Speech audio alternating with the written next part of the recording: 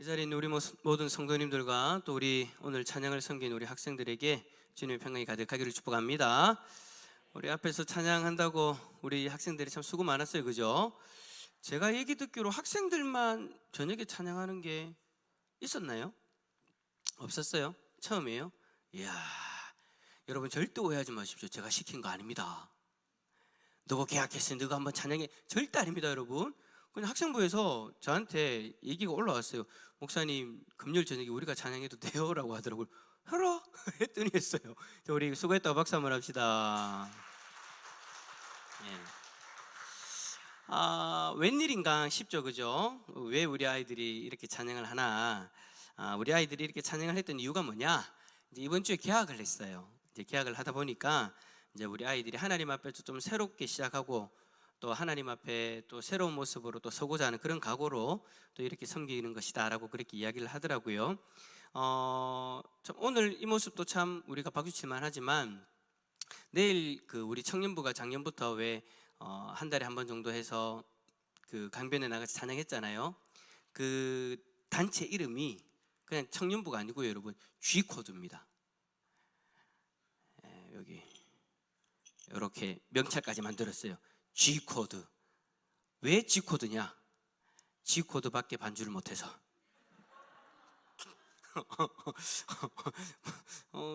사랑자매는 G코드 말고도 다양하게 칠 수 있는데 하여튼 그 외에 이제 반주하시는 분들이 G코드만 칠 수 있다고 해서 이제 G코드라고 이제 그렇게 이름을 붙였는데 청년들이 내일 또 이제 나가게 되어져요. 그리고 이제 3월 달에 또 헌신 예배도 있고 한데 또 청년들이 나갈 때 우리 학생들이 또 함께 나가겠다라고 그렇게 또 결단을 했대요. 요번 달은 뭐 다음 달은 잘 모르겠지만 근데 저 아이들 표정이 왜 저럴까요? 내일 나가는 것을 후회하고 있는지가 아닌지 잘 모르겠는데 어쨌든 내일 나가기로 했대요. 내일 나가는 사람 손 들어봐봐. 이야, 박수. 들리는 얘기로는 뭐 고기도 먹고 물론 찬양이 주지만 고기는 이제 써보고 찬양을 그렇게 이제 청년들 이제 선배들하고 같이 하겠노라고 그렇게 또 이야기를 합니다. 그래서 개강을 하면서 우리 아이들이 좀 하나님 앞에 좀 새롭게 나가고자 하는 그런 각오로 오늘 이 자리에 있으니까 같이 찬양도 했고요, 또 말씀도 같이 들을 거고요, 기도회도 오늘 같이 할 거예요. 그리고 집회가 끝나면 또 우리 아이들 한 명 한 명 나와가지고 또 안수기도 하는 그런 시간도 가지려고 합니다. 우리 아이들의 저 마음이 변하지 않기를 여러분 꼭 기도해 주시길 부탁을 드립니다. 저는 그랬으면 좋겠어요. 오늘 이 밤에 마음이 나중에 우리 여름이 딱 되어졌을 때, 여름 수련회가 시작할 때 좀 더 뜨거워진 마음으로 또 하나님이 주시는 그 귀한 은혜가 넘칠 수 있기를 다시 한번 더 축복합니다. 그러다 보니까 여러분 오늘 말씀은요, 우리 아이들을 위해서 조금 제가 배려를 해서 그렇게 말씀을 전하려고 합니다. 그렇다고 해서 뭐 가벼운 이야기를 하려는 것은 아니에요. 그냥 웃기려고 하는 그런 이야기도 아니에요. 오늘 말씀을 통해서 우리 저 나이 때에 정말 한번 생각해 봐야 되는 그 말씀들에 대해서 한번 좀 같이 나누기를 원하는데, 오늘은 좀 특별한 날이니까 아이들에게 조금 메시지가 맞춰주더라도 여러분들이 좀 이해를 해주시면 좋겠어요. 그러나 우리 모두에게 동일하게 아주 중요한 말씀이니까 함께 말씀을 통해서 하나님을 경험할 수 있기를 축복합니다. 자, 그러면 우리가 오늘 뭐 아이들을 위해서 기도도 해야 될 거고, 또 우리가 아이들을 위해서 또 생각하는 마음으로 또 그런 막 관심도 가져야 되려면 우리가 아이들의 상황을 좀 잘 이해해야 되잖아요. 그래서 질문을 해볼게요. 지금 우리 학생들에게 가장 어려운 것은 뭘까요? 또 이런데 또 저 또 앉아가지고 지금요 이러면 안 됩니다. 그죠? 자, 우리 아이들에게 가장 힘든 거, 지금 가장 어려운 거 뭘까요? 그렇죠. 역시 선생님들은 그러니까 선생님들이 우리 엄마 아빠들은 어른들은 다른 얘기 하는데 저는 바로 그냥 공부 딱 얘기하잖아요, 그죠? 그럴 줄 알고 나도 공부라고 딱 적었어. 지금 제일 어려운 것은 공부입니다라고 적었어요. 어떤 친구들은 공부 때문에 학교 가는 것 자체를 싫어하는, 그냥 저 시기 자체를 싫어하는 친구들도 있어요. 단지 공부 때문에. 그러면 이제 우리에게는 질문이 생기죠. 그럼 학교 말로 가노? 그렇죠. 놀러 가는 거예요. 누구 집 딸이라고 얘기하지 않겠습니다. 놀러 가는 거예요. 공부는 싫지만 학교에 가서 놀 수 있으니까. 누구랑요? 친구들 때문에. 친구들이 있어서 학교 가는 거예요. 물론 반대인 친구들도 있을 거예요. 예멘은 뭔지 모르겠습니다. 예, 나라 이름인데 예멘은. 자, 공부가 좋아서 학교 가는 친구들도 있어요. 예, 그런 친구들도 있고, 또 공부는 싫지만 또 학교에 있는 친구들 때문에, 아니면 또 정말 감사하게도 좋은 선생님을 만나서 선생님 때문에 학교 가는 친구들도 있더라고요. 예. 근데 또 반대로 그런 친구들도 있죠. 친구와의 관계가 어려워하는 친구들도 있어요. 그러니까 공부가 힘든 친구들도 있지만 또 친구들과의 관계가 어려운 친구들도 있어요. 그러니까 학교에 가면 이 두 가지가 가장 큰 문제인 것 같아요. 공부와 친구. 공부와 친구. 거기다가 이제 플러스 되어지면 선생님. 거기다가 플러스 되어지면 엄마 아빠. 엄마 아빠는 왜 들어가는 걸까요? 하도 뭐 하니까? 그렇죠. 예, 잔소리를 하니까. 남들이 들으면 집에서 잔소리 많이 할 것 같은 그런 느낌이 드는데, 예, 잔소리까지 이제 그런 영향 때문에 어렵다라고 그렇게 이야기를 할 것 같아요. 근데 여러분, 솔직히 우리 어른들도 마찬가지잖아요. 우리 아이들만 지금의 저 시기를 지나가면서 공부라든지 친구들 때문에 어려워한다. 우리는 그렇지 않다라고 이야기할 수는 없잖아요. 물론 우리가 공부를 하지는 않아요. 물론 뭐 늦게 공부를 하시는 분들도 있지만, 일반적으로 우리는 공부를 하지는 않지만 공부에 상당한, 공부에 거의 비슷한 수준의 어떤 그런 것들을 하잖아요. 그게 뭐예요? 일이죠. 그래서 여러분, 우리는 그러잖아요. 애들 보고 그러잖아요. 너희 때가 좋다고. 너희 때가 좋다고, 공부할 때가 좋다고 막 그렇게 이야기를 하잖아요. 그죠? 일이 어느 순간 우리가 어릴 때 공부 때문에 힘들었던 그 마음이 일 때문에 힘들어하는 그런 모습으로 바뀌어져 있어요. 그런데 변하지 않는 건 있죠. 사람 때문에 힘들어하는 거, 친구들 때문에 힘들어하는 그 모습이 우리가 회사를 다닌다고 해서 없어지지 않아요. 물론 친구는 아니지만 직장 동료들, 상사들 때문에 힘들어하는 그런 사람 관계 속에서 어려움을 우리는 경험하게 되죠.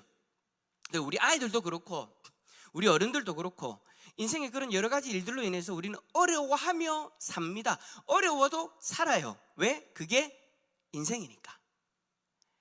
인생에 어려움이 없다, 어려움을 느끼지 못한다, 않는다, 그런 여러분 인생이 아닌 것 같아요. 인생은요, 여러분, 우리가 살아보니까 어려운 게 있는 게 당연한 거예요. 중요한 건 그 어려움을 내가 어떻게 이겨내냐, 어떻게 내가 그걸 받아들이냐, 그게 중요한 거겠죠. 자, 그렇다면 우리 학생들이나 우리 어른들에게 동일하게 해당되어지는 질문, 우리 인생의 어려운 것들 가운데에 동일하게 해당되어지는 질문 한 가지 드릴게요. 여러분에게 신앙은 어려운 건가요? 쉬운 건가요? 자, 저희들끼리 지금 의논을 하고 있습니다. 여기서 지금 우리가 어렵다고 이야기하면 지금 목사님 뭐라고 이야기를 할까? 쉽다고 이야기하면 뭐라고 이야기할까? 자, 지금 연예에게 지금 압박이 가해지고 있습니다. 네가 이겨라, 네가 이겨라. 신앙은 좋은 거? 신앙의 정의란? 또 내가 생각지도 못했던 질문을 하네. 우리가 하나님을 믿고 살아가는 그 삶, 좀 그냥 간단하게 이렇게 정의합시다. 신앙, 하나님을 내가 믿고 바라보는 그 마음, 그 마음으로 내가 살아가는 거, 신앙생활. 그러니까 너희들 지금 이 자리에 있는 것도 신앙생활이잖아. 주일 예배 드리는 것도 신앙생활이잖아. 성경 읽는 것도 신앙생활이잖아. 기도하는 것도 신앙생활이잖아. 찬양하는 것도 신앙생활이잖아. 학교 가서 전도하는 것도 신앙생활이잖아. 하니? 그러니까 그 신앙생활이 쉬워요, 어려워요? 어렵죠. 우리 어른들에게 여쭤보겠습니다. 신앙생활이 어려워요, 쉬워요? 어려워요.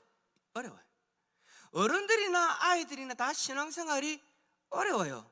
근데 제가 사역 경험상 어릴 때부터 태어나가지고부터 신앙생활, 모태신앙으로 쭉 시작했던 아이들을 생각해 볼 때 가장 신앙적으로 어려워하는 시기가 바로 저 시기인 것 같아요.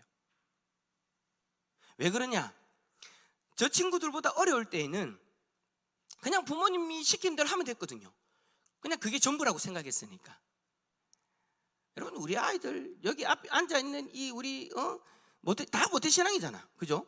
다 모태신앙인 저 아이들이, 여러분 부모님들 지금 다 앉아 계시지만 어릴 때 얼마나 말 잘 들었습니까? 우리 집은 어릴 때 말 안 들었다. 유치원생인데 교회 가자고 하니까 교회 죽어도 안 가더라. 우리 집 아는 달랐다.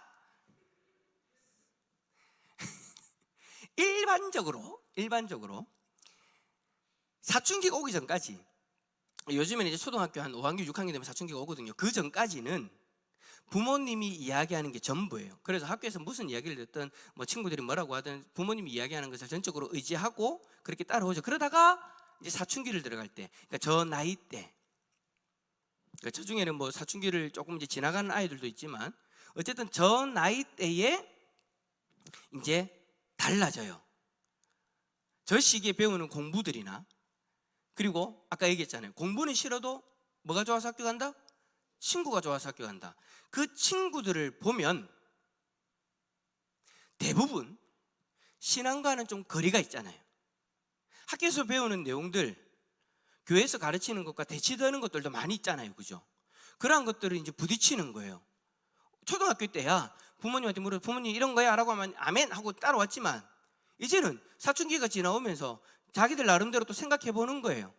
그 생각하면서 왜 학교에서는 이렇게 이야기할까? 학교에서 또 내가 믿는 것에 대해서 성경적인 부분에 대해서 이야기하면 선생님 네가 잘못된 거야, 그렇게 하면 안 돼, 막 그렇게 옥박 지르고 막 그렇게 하니까 학생들이 그 안에서 이제 고민이 되기 시작하는 거예요.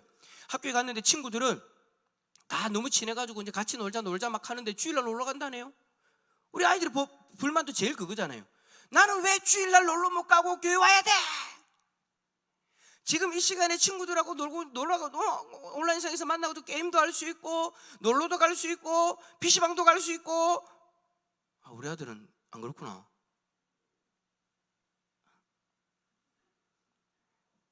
나는 왜 이 시간에 교회에 있어야 돼?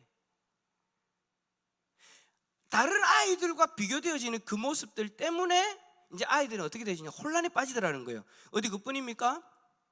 매주일마다 예배 드리는 거, 여러분 이게 정말 어려운 거예요. 선생님은 학교 나오라고 하죠. 공부해야지. 고등학교 3년 얼마나 중요한데? 그죠, 하진아? 이제 고3이에요 제가. 하진이 고3이에요 제가 듣기로는 오늘 금요일 오늘이 이제 마지막이 될 수도 있다는 그런 이야기가 들리던데 다음 주부터 이제 자기가 해야 돼.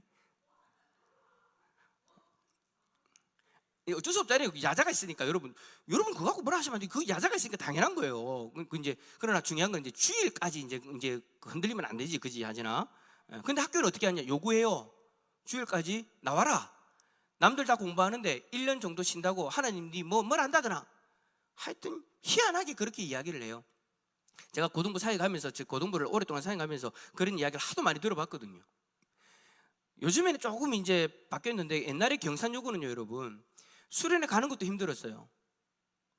선생님이 직접 전화를 해가 부모님하고 통화를 해도 안 돼요. 희한하더라고. 지금 이 시기가 얼마나 중요한데 어머니 절대 보내시면 안 됩니다. 보충 오셔가지고 공부하셔야 됩니다. 네, 안 돼, 내 마음대로 하기는 안 됩니다. 근데 저희 집이 이제 그 학교를 다니는데 요즘은 좀 많이 바뀌었어요. 근데 옛날에는 여러분 더 빡셌거든요. 더 힘들었거든요. 교회에서 뭔가를 한다고 하면 선생님들 다 싫어해요. 공부해야 될 시간에 교회 간다고. 그러니까 그렇게 막 몰아세우니까 우리 아이들이 그 속에서 어떻게 되어지냐? 이것도 아니고 저것도 아닌, 자신의 정체성을 찾지 못하고 이것도 아니고 저것도 아닌 고민하는 그런 어려운 시기를 경험하게 되는 거예요. 그러니까 신앙의 삶을 생각할 때 저 시기가 참 많이 과도기적인 그런 어떤 시기다라고 이야기할 수 있죠. 근데 여러분, 우리는 어때요? 우리 어른들 형식적인 종교생활 하는 거는 쉬워요. 형식적인 종교생활, 그냥 내가 할 수 있을 정도, 내가 하고 싶은 정도, 내가 만족하는 신앙생활 하는 거는 여러분 어렵지 않죠. 왜요? 어렵다 느껴지면 안 하면 되니까. 그냥 내가 할 만큼만 하고 내가 만족할 만큼만 하고 이 정도면 됐다 싶을 때 그만두면 되는 거예요. 이 정도 선. 근데 교회에서 이거보다 더 오버해서 요구한다? 그럼 나는 교회를 옮기면 돼요. 참 쉽죠. 그렇게 신앙생활하면 너무 쉽죠. 그런데 하나님의 말씀을 배우고 하나님이 기뻐하시는, 하나님이 만족하시는 삶을 살려고 시작하면 쉽지 않다는 것을 느끼게 되는 거예요. 며칠 전에도 어떤 집사님이 그러는 거예요. 이제 신앙생활 제대로 하려고 하니까 어렵다라고 그렇게 말씀을 하시는 거예요. 그래요, 여러분, 우리 신앙생활은 결코 쉬운 것이 아닌 것 같아 보입니다. 세상과 다르기 때문에.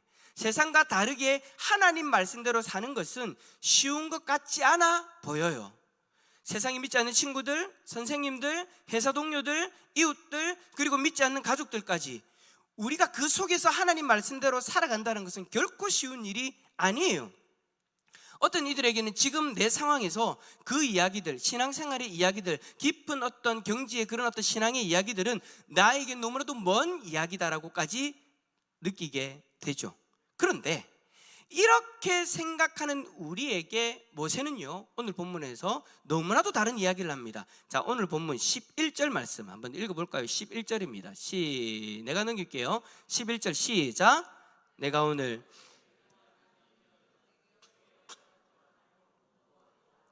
아멘. 자, 이 말씀은 모세가 이스라엘 백성들에게 이제 가나안 땅에 들어가서 지켜야 할 하나님의 말씀을 전하면서 너희는 이렇게 살아야 돼, 저렇게 살아야 돼, 이것은 이렇게 해야 되고 저것은 저렇게 해야 돼, 참 자세하게 참 많은 것들을 이야기해 준 겁니다. 그 이야기해 준 것들을 가지고 이제 그 말씀대로 살아야 될 것에 대해서 이야기를 하는데, 여러분 이스라엘 백성들이 가나안 땅에 들어가면요 누가 있어요? 누가 있어요? 오늘 학생부 이야기해봐요. 가나안 땅에 들어가면 그 땅에 누가 있어요? 그 땅의 시민들. 오, 맞아요. 그 땅의 시민들, 그 땅에서 살고 있는 원주민들, 그 땅에 사람들이 있죠. 근데 그들이 하나님을 섬겼을까요? 안 섬겼을까요? 하나님을 안 섬겼죠. 그러니 하나님을 안 섬기고 우상을 섬기는 그 문화가 그 땅 가운데는 팽배했겠죠. 그 문화 속으로 지금 이스라엘 백성들이 들어가는 거예요. 여러분들이 아무도 안 믿는 학교에 갑자기 출근이라고 할 뻔했다. 학교에 등교하는 것처럼 아무도 안 믿어. 근데 우리는 다르지. 학교에 몇 명 믿어? 어우, 대단하네. 하지만 학교에 몇 명 믿어? 거의 없습니다. 거의 없습니다. 저 두 아이가 좀 이상하네요. 학교에 믿는 애들이 많다라는 그 아이들의 반을 내가 한번 좀 호구 조사를 한번 해봐야 될 것 같은데, 어쨌든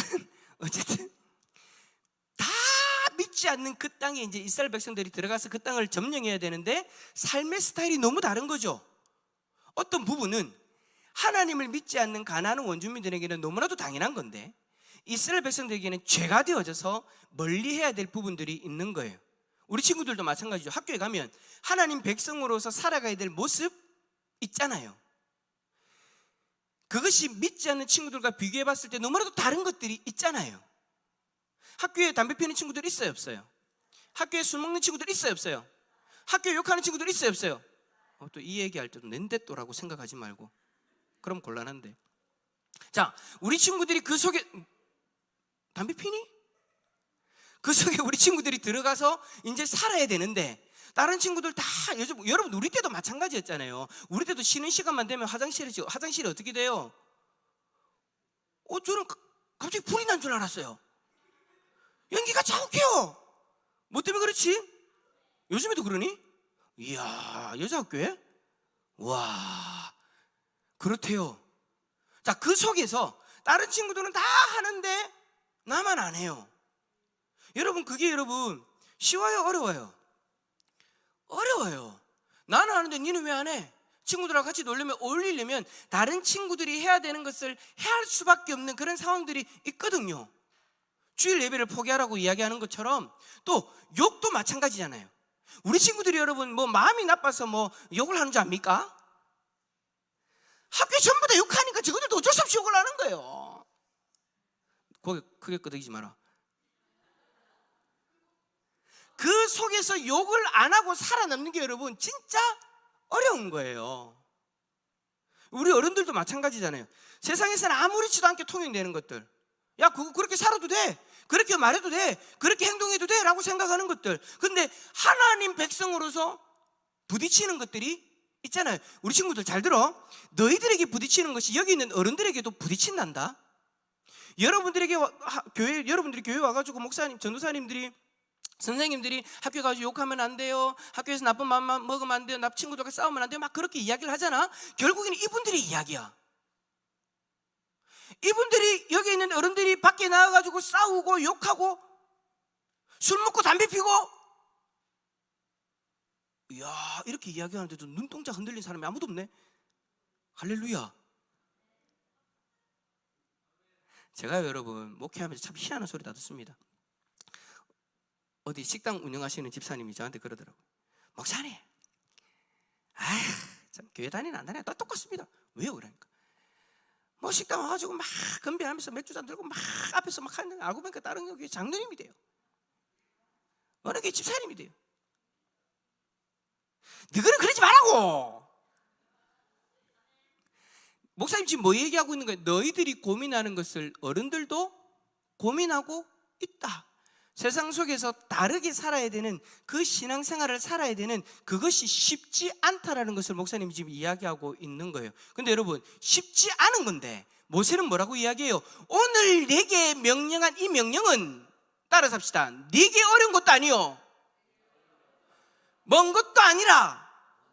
자, 저를 따라서 손가락 하면 너무 또 삿대질 같으니까 손바닥으로 우리 친구들 가리키면서 네게 어려운 것도 아니요 먼 것도 아니라. 다 이러면 또 우리 애들이 섭섭하지. 자, 옆에 있는 성도분 바라보면서 당신에게 어려운 것도 아니요 먼 것도 아니라. 예. 우리는 어렵다고 막 허우적거리고 있는데 모세는 뭐라고 이야기하느냐? 어려운 거 아니다, 먼 것도 아니다, 불가능한 일이 아니라는 거예요. 자, 여기서 그러면 우리가 한번 좀 생각해 봅시다. 과연 하나님 말씀대로 사는 것이 모세가 이야기하는 것처럼 어렵지 않고 멀지 않은 건가? 우리가 쉽게 할 수 있는 건가? 왜 이렇게 말하는가? 우리의 상황에서 한번 생각해 봅시다. 먼저 하나님이 우리에게 명령하신 것은 뭡니까? 하나님이 우리 친구들에게 명령하신 것은 뭡니까? 자, 하나님이 이스라엘 백성들에게는 가나안 땅에 들어가서 이거 돼야 된다 저거 돼야 된다 막 여러 가지들을 이야기를 하는데, 그 여러 가지들을 막 이야기한 것들을 종합적으로 예수님이 딱 정리해가지고 이거와 이거다라고 이야기한 것이 있어요. 전사님, 오늘 맞추는 친구한테 주일날 선물 주세요. 나는 돈이 없어요.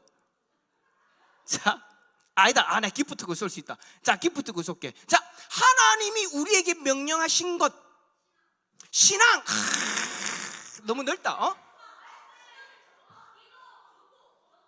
전도, 그렇지, 전도는 우리의 사명 맞아, 그건 맞는데, 그래, 전도도 맞다. 오늘 전도는 얘기는 안 할 건데. 자, 전도 일단 오케이, 전도 일단 오케이. 누가 했니? 그래. 자, 그다음 기도. 그거 말고 더 근본적인 거, 전도도 빼자. 전도 아니다. 더 근본적인 거, 사랑. 자, 누구를 사랑해야 돼? 아니, 그 전에, 그렇지, 누구를 사랑하라고? 하나님. 다 같이 맞췄으니까 선물 없습니다. 하나님을 사랑하라. 여러분, 하나님이 우리에게 원하는 건요 그거예요.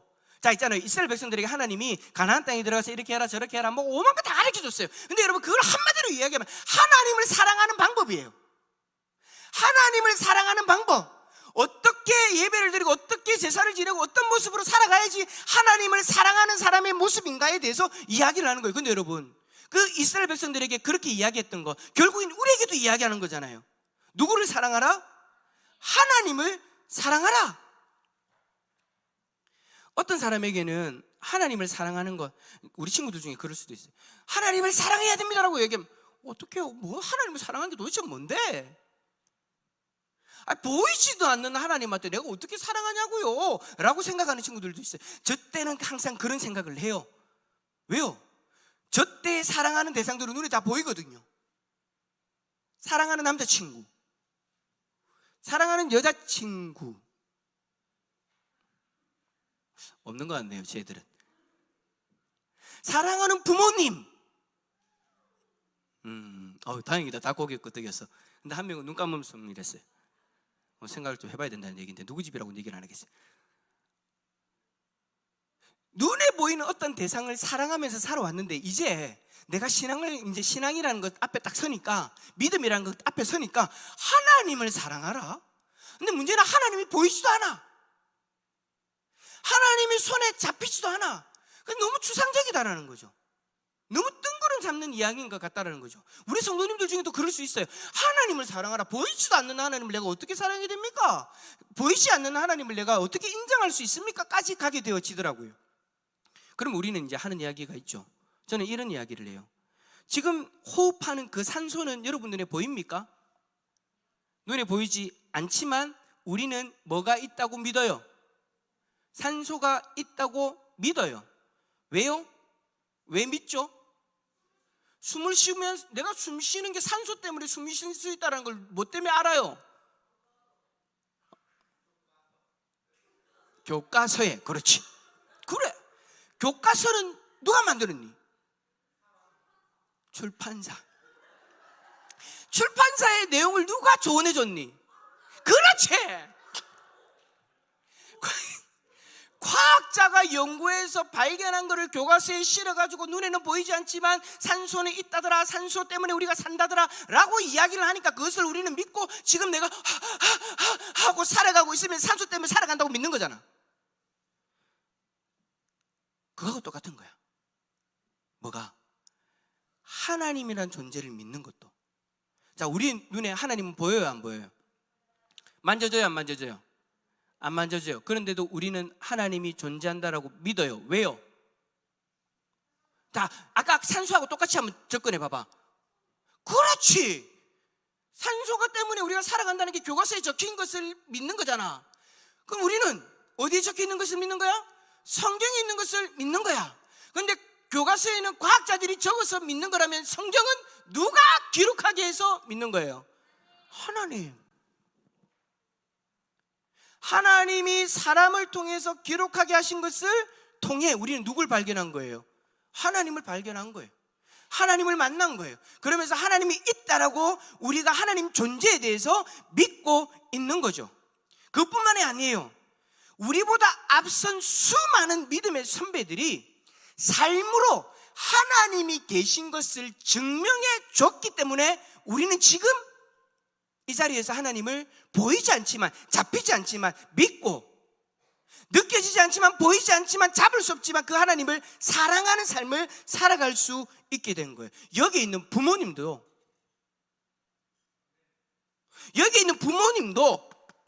나도 부모니까 그 하나님을 경험했기 때문에, 눈에는 보이지 않지만 그 하나님을 경험했기 때문에 우리가 그 하나님을 사랑하는 것이지 않습니까? 사랑하는 친구들, 그런 거예요. 하나님을 사랑하는 것이 너무나도 뜬구름 잡는 이야기가 아니에요. 지금 그 뜬구름 잡는 이야기 같은 그 삶을 실질적으로 살아가는 사람들이 이 자리에 있잖아요. 부모님들이나 장로님들이나 권사님들이나 집사님들의 이 삶을 통해서 하나님이라는 분이 살아있다는 것을 여러분들은 발견할 수 있는 거예요. 근데 여러분, 더 놀라운 게 뭔지 알아요? 사람들은 그렇게 이야기해요. 보이지도 않는 하나님을 어떻게 사랑합니까? 보이지도 않는 하나님을 어떻게 믿습니까? 라고 그렇게 이야기를 하는데, 더 놀라운 것은 보이지 않는 그 하나님이 육신을 입고 우리하고 똑같은 사람의 몸으로 이 땅에 오셨다라는 거예요. 세상 사람들이 하나님 못 믿습니다. 왜요? 안 보이는데. 그러면 보여줄게. 인간의 몸을 입고 이 땅에 오셨어요. 요한복음 1장 14절에 이런 말씀이 있어요. 자, 요한복음 1장 14절 한번 읽어봅시다. 시작. 말씀이 육신이 되어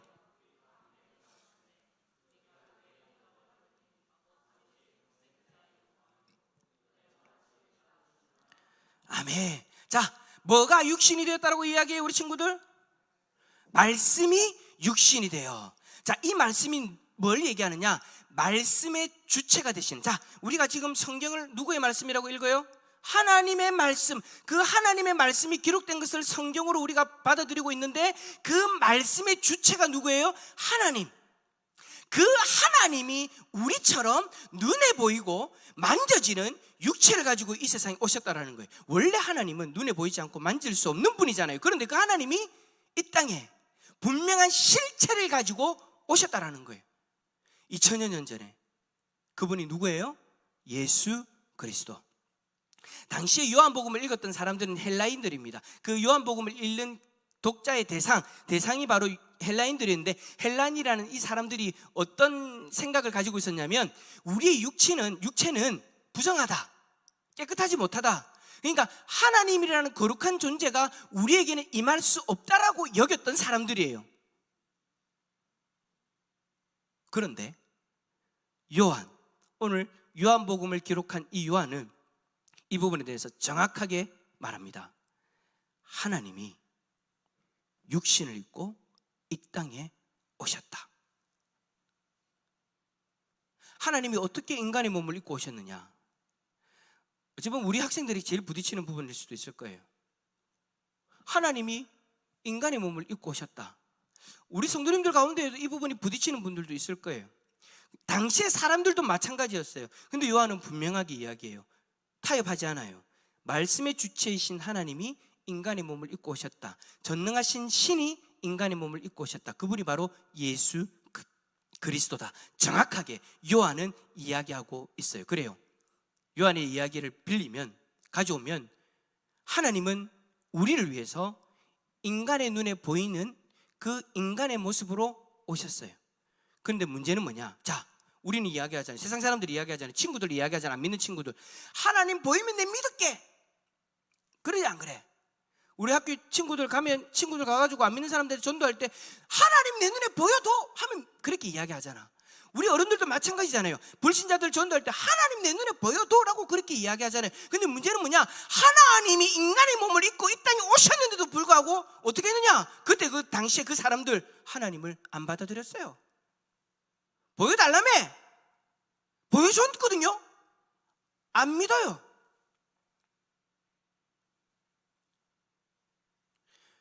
우리도 마찬가지예요. 눈앞에 하나님이 보이도록 나타나시면, 아니 하나님이 여러분이 인정할 수밖에 없는 기적으로 나타나시면 나는 하나님을 온전히 믿을 수 있을 것 같아. 우리 친구들 그런 생각 해봤어요? 안 해봤어요? 아마 그랬을 것 같아. 나는 내 생각에 목사님 생각에 우리 친구들 가운데 이런 생각하는 친구들도 있을 것 같아. 하나님, 오늘 시험을 치는데 내가 공부를 안 했어요. 내가 오늘 그러나 찍어서 100점 받으면 하나님이 있다는 사실을 내가 믿겠습니다. 봤다. 누가 웃었는지. 여러분, 우리 그러지 않아요? 어떤 어려운 일 가운데 처했을 때 하나님, 내가 이 일을 해결해 주시면 내가 하나님 살아계심을 내가 확실하게 흔들리지 않게 믿겠습니다. 이 어려운 고난을 이겨내게 하시면 하나님이 살아계신다는 것을 내가 확실하게 믿겠습니다. 근데 여러분, 아무리 보여주고 아무리 기적이 나타나도 대부분의 사람들이 하나님을 믿을 수 있을까라는 질문 앞에 저는 감히 이야기합니다. 대부분의 사람들은 하나님이 그렇게 나타나도 하나님을 믿지 않을 거예요. 왜? 이미 그랬던 전적이 있으니까. 예수님 시대의 사람들도 그랬고요. 요즘 여러분 우리가 새벽에 사무엘상 말씀을 보거든요. 그 당시의 사람들도 그랬어요. 특별히 블레셋이라는 나라가 있었어요. 블레셋이라는 나라는 하나님을 안 믿었어. 다곤이라는 신을 섬겼어. 다른 우상신들을 섬겼어. 그런데 전쟁에서 이기고 하나님이 함께 하신다는 것을 상징적으로 나타내는 하나님의 언약궤를 들고 자기들의 신의 신전으로 가지고 갔어. 그래서 다곤 신전 앞에 그 하나님의 언약궤를 딱 뒀어. 언약궤에 들어있는 것은 시작. 그렇지. 지난주에 했잖아. 지팡이. 할아버지 지팡이? 할머니 지팡이?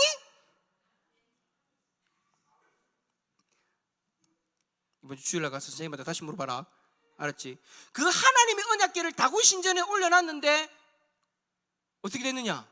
그 다곤 신의 목이 떨어져 나갔고 손목이 떨어져 나갔고 그 몸뚱아리는 어떻게 됐어요? 여호와의 언약궤 앞에 엎드려져 있었어요. 그러고 나서 어떤 일이 일어났어요? 그 땅에 독종이 퍼졌어요. 걸리면 일주일 만에 죽는 그 독한 병이 그 땅에 퍼졌어요. 자, 하나님의 언약궤를 가지고 와서 지금 하나님이 자신들의 신도 안 된다는 것을 경험했고 하나님이 살아계셔서 자신들의 땅에 행하시는 그 놀라운 일도 경험했어요. 그러고 나서 어떻게 하느냐? 야, 이거 우리 땅에 두면 안 된다. 그래갖고 세 개의 도시로 옮겨요. 세 개의 도시로 옮기고 나서 그래도 안 된다 싶어가지고 이제 어떻게 하느냐? 암소 2마리에다가 송아지를 따르는 그 송아지 집에 갖다 놓고 이 암소 2마리만 사람들을 업고 그냥 보내요. 그 언약궤를 실어가지고. 그래갖고 아무도 인도 안 하는데 이 언약궤가 만약에 이 암소들이 만약에 어느 동네로 들어갔지? 배들? 나 갑자기 생각이 안 난다. 제자반, 사역반, 베세메스. 이야, 제자반을 하는 권사님 옆에 앉아 계시니까 맞추시네. 베세메스. 그 땅에 들어가면, 그 땅이 이제 이스라엘 땅이니까 그 땅으로 가면 하나님이 우리에게 저주를 내려서 지금 이 일들이 일어난 것이라고 인정하고, 만약에 그렇지 않으면 우연히 이 일이 일어난 것이다라고 여기자 했는데, 그 사람들이 뒤를 딱 따라가면서 이 소들이 어디로 가나 따라갔는데 아무도 인도를 안 했는데 그 먼 베스메스까지 가요. 그리고 거기는 언덕이었어요. 소가 여러분 올라가겠어요? 그리고 자기 송아지들은 집에 있는데 여러분 올라갈 확률이 거의 없는데 그 소들이 그 땅을 들어가는 거예요. 그러면서 그 사람들이 어떻게 뭐라고 인정하는 거냐? 하나님은 살아계시는구나. 지금까지 우리가 경험했던 것이 하나님이 우리를 저주해서 내린 거구나. 자, 하나님이 살아있다는 것을 알았죠. 그러면 눈에 보이면 하나님 믿을게, 기적을 행하면 하나님 믿을게 라고 했던 사람들이 하나님을 믿어야 돼요, 안 믿어야 돼요? 안 믿어요. 하나님을 안 믿어요. 여러분, 세상은 그래요. 여러분 앞에 와가지고 하나님 보여도, 하나님 기적 한번 행해도, 그럼 내 하나님 믿을게. 아니요, 여러분. 그 말에 현혹될 필요 없어요. 꼭 그 말에 현혹돼가지고 하나님 좀 어떻게 좀 해가지고 저 사람 좀, 절대 여러분 그 일 때문에 믿지는 않더라고요. 그 일 때문에 믿지는 않아요. 왜 그럴까요? 왜 예수 그리스도가 하나님이 인간의 몸을 입고 있는데도 안 믿고, 왜 기적을 보여줘도 안 믿고, 왜 저주를 내려도 그 땅은 안 믿을까요? 이 세상 사람들은 안 믿는 걸까요? 안 믿는 진짜 이유는 눈에 안 보이기 때문이 아니더라는 거예요. 안 믿는 진짜 이유는 기적이 없어서 안 믿는 것이 아니더라는 거예요. 안 믿는 진짜 이유는 우리도 마찬가지였어요. 성경은 분명하게 이야기해요. 죄 때문이다. 죄 때문이다. 그럼 이제 우리 친구들은 그렇게 생각했어요. 뭐 욕하는 거, 훔치는 거, 거짓말하는 거, 그 죄 때문에 내가 그럼 하나님을 안 믿는다? 그거 아니에요. 그런 것들은 따라서 합시다. 죄의 현상이다. 죄 가운데 있는 사람들에게 나타나는 현상. 그럼 근본적인 죄는 뭐냐? 지금 우리 친구들이 갈등하고 있는 그 갈등의 원인, 하나님을 떠나고자 하는 그 마음. 학교 가봤는데 친구들이 그러는데, 나만 좀 독특하게 그렇게 튀게 하나님 믿는 거, 교회 나가는 거 싫어. 부모님이 자꾸 교회 나가라고 예배 드리라고 너무 싫어. 그 마음이 여러분, 우리 아이들이 이상해서가 아니라 그 마음은 우리의 근본적인 죄된 속성이에요. 하나님을 떠나고자 하는 마음이 우리에게 있기 때문에, 하나님을 떠나고자 하는 욕구가 세상 사람들 가운데 있기 때문에 그게 죄예요. 아담이 에덴 동산에서 저질렀던 죄가 그 죄예요. 에덴 동산에서 무슨 죄를 지었어요? 사과!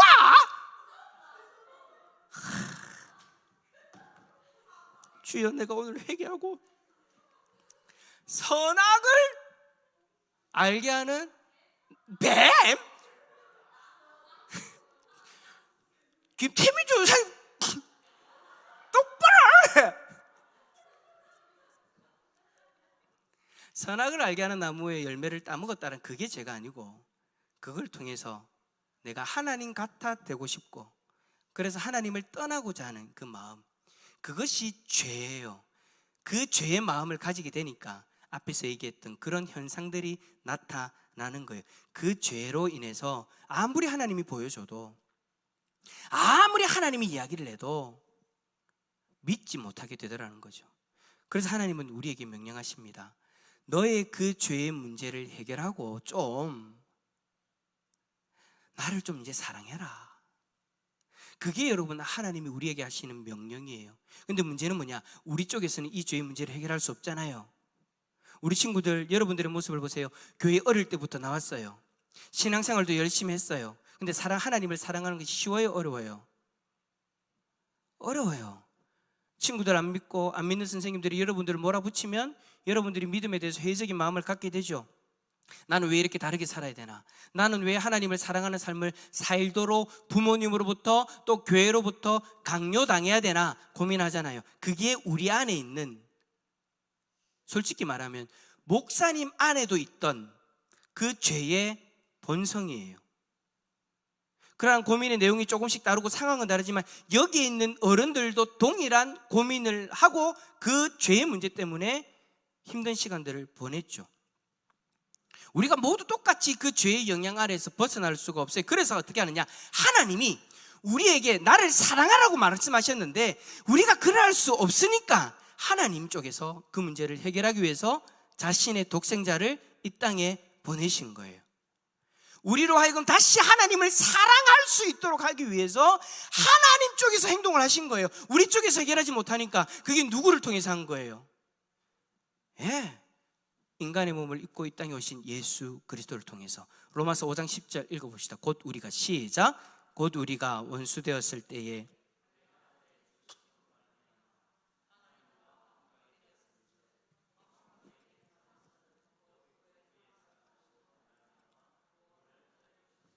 아멘.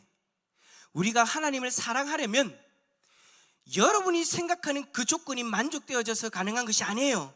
내 눈에 보여도, 내가 기적을 경험하게 해도, 내가 생각하는 것들이 이루어지게 해도 그것이 만족되어져서 하나님을 사랑할 수 있는 것이 아니에요. 우리가 하나님을 사랑하려면 하나님을 거부하는 우리의 죄의 문제가 해결되어져야 되는데 그 죄의 문제를 예수 그리스도가 이 땅에 오셔서 우리를 위해 십자가에서 죽으시고 우리를 위해 자신의 생명을 내어주신 그 사실을 믿을 때 가능하게 되어지는 거예요. 여러분 착각하지 마요. 내가 생각하는 것이 만족되어지면 내가 하나님 믿을게. 여러분 그 일은 절대 일어나지 않아요. 예수 그리스도가 여러분들의 죄를 위하여 십자가에서 죽으셨다는 그 사실을 받아들일 때 하나님을 사랑할 수 있는 거예요. 요한복음 1장 12절에 영접하는 자 곧 그 이름을 믿는 자들에게는 하나님의 자녀가 되는 권세를 주셨으니, 하나님을 사랑하는 그 명령, 여러분 결코 어렵지 않다라는 거예요. 하나님과 나를 가로막고 있는 그 죄의 장벽을 우리가 넘어뜨리라가 아니에요. 여러분, 우리 친구들 착각하지 마요. 하나님이 우리 친구들에게 너희들이 의로워야 된다라고 요구하는 것이 아니에요. 사랑하는 성도 여러분, 하나님이 우리에게 너희들이 거룩하게 살아야 내가 구원하겠다라고 요구하는 것이 아니라는 거예요. 너희들이 어렵게 살아야 내가 구원해 줄게. 너희들이 어렵게 살아야 내 백성 삼아 줄게. 너를 구원해 줄 게가 아니에요. 하나님이 우리에게 요구하시는 것은 어려운 것이 아니에요. 어려운 것은요, 이미 예수님이 십자가에서 다 하셨어요. 말씀을 보세요. 영접하는 자 곧 그 이름을 믿는 자들에게는 하나님의 자녀가 되는 권세를 주신다고 약속하셨잖아요. 어떤 어려운 의식도 필요한 것이 아니에요. 로마서 9장 10장 9절과 10절 한번 더 읽어봅니다. 시작. 네가 만일 내 입으로 예수를 주로 시인하며 또 하나님께서 그를 죽은 자 가운데서 살리신 것을 네 마음에 믿으면 구원을 받으리라. 사람이 마음으로 믿어 의에 이르고 입으로 시인하여 구원에 이르느니라. 아멘. 자 봐요, 모세가 이야기하는 것처럼 쉬워요, 어려워요? 우리가 뭔가를 대단한 것을 하라는 것이 아니에요. 그냥 하나님이 우리를 사랑하셔서 이 땅에 보내주신 예수 그리스도를 시인해라. 뭐로? 주인으로. 우리 인생의 주인이 누구였어요? 나였잖아요. 근데 그것을 포기하고 예수님으로 인정하래요. 왜? 예수님이 자신의 생명값으로 우리를 샀으니까. 예수님이 우리 친구들을 자신의 것이 되게 하기 위해서 자신의 생명값으로 주고 사셨대요. 어디로부터? 죄로부터.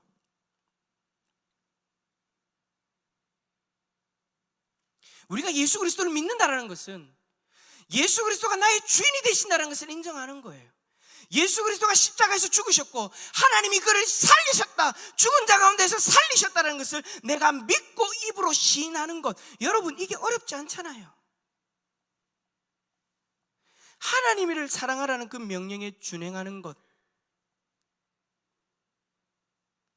내가 믿고 입으로 시인하면 가능한 거예요. 어렵지 않아요. 우리 친구들이나 많은 성도들이 이 믿음의 과정을 중요하게 생각하지 않고 그냥 신앙생활을 하려고 하니 힘든 거예요. 여전히 내 주인이 예수님을 믿는다라고 말은 하는데 내 인생의 주인이 내가 되어져 있거든요. 그러니 신앙생활이 어려운 거예요. 하나님 말씀 보고 하나님 백성이니까 하나님 말씀대로 살아가는 거. 여러분, 우리가 가정에서 부모님 말씀대로, 부모님이 나를 키워주셨으니까 부모님 말씀대로 사는 것과 똑같은 거예요. 근데 더한 것은 뭐냐?